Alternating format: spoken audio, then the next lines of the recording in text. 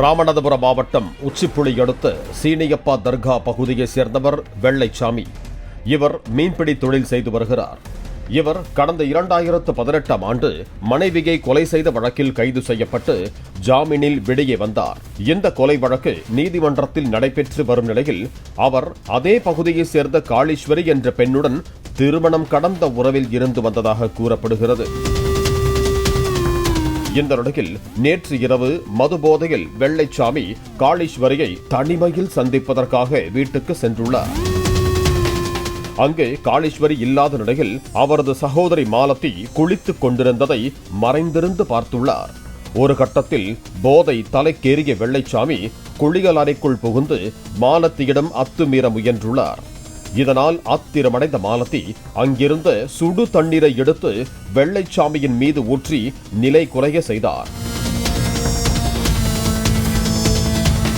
குளியல் அறையில் இருந்து மகளின் அலறல் சப்தம் வருவதை கேட்டு மாலத்தியின் 70 வயது தாய் ராக்கம்மாள் ஓடிச் சென்று பார்த்தபோது வெள்ளைச்சாமி கீழே விழுந்து கிடந்தார். உடனடியாக அருகில் கிடந்த பெரிய கல்லை தூக்கி வெள்ளைச்சாமியின் தலையில் போட்டதாக கூறப்படுகிறது.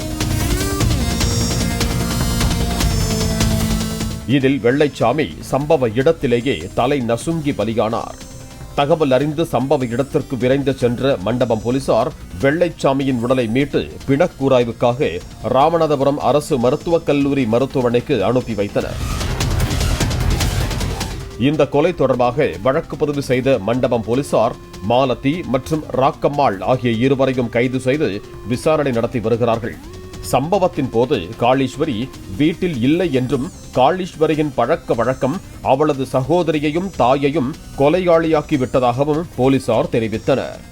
பாலிமர் செய்திகளுக்காக ராமநாதபுரம் செய்தியாளர் பிரபுராவ். பிளே ஸ்டோர் மற்றும் ஆப் ஸ்டோரில் இருந்து பாலிமர் செயலியை QR கோடு மூலம் பதிவிறக்கம் செய்யுங்கள். செய்திகளை உடனுக்குடன் பெறுங்கள்.